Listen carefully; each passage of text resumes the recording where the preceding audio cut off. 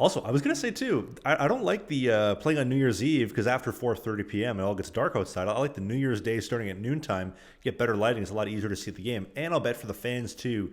Well, I guess depending on what angle the sun's coming at, if you're in a football or a baseball stadium. But yeah, I like the New Year's Day a lot better than New Year's Eve. I don't know why they ended up changing it. I think probably because the guys were just like, I'm not playing hungover. Let's do it New Year's Eve. But look at Miikka Kiprusoff.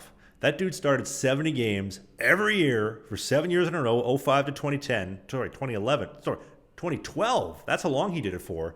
And that dude was getting pinned every night, make 50 saves, go do it again the next night, make 40 saves. Like, this guy was an animal. He was never affected by it. My tattoo artist is better when she's hungover. And I always say, hey, you going out drinking tonight? Okay, we're not doing a tattoo tomorrow. Make sure you're getting crushed.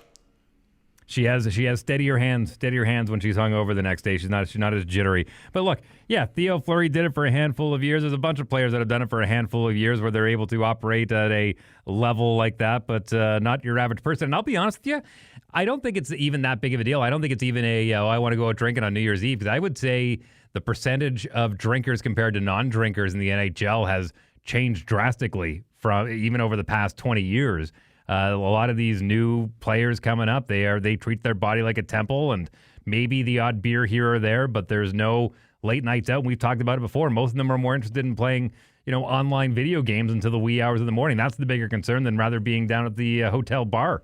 Well, you're 100% right, but also Miikka Kiprusoff did a lot more than what Ian White did after drinking. I mean, like Kiprusoff, you had no idea that he was a party animal, and most of the other guys, Ian included, struggled when they would drink. But I don't know if there's a single player that I can think of off the top of my head that went and had as good of a time and enjoyed himself as much as Miikka Kiprusoff, but was a Vezina runner every single year, was dominant, kept them in games, won them playoff games. Like I don't think we'll ever see another player like Kiprusoff.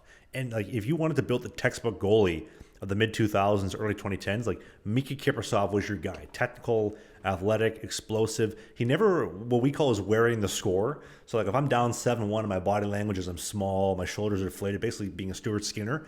With Kiprusoff, you looked at the way he's playing, his body language, you had no idea if it was 1-0 or 7-0. You had no clue. And he was elite at that. I don't know if we'll ever see another Kiprusoff again. By the way, the Canadian Cup drought, I do think it ended in '04 because the Flames should have won on that overtime goal. Javi Bullen was great.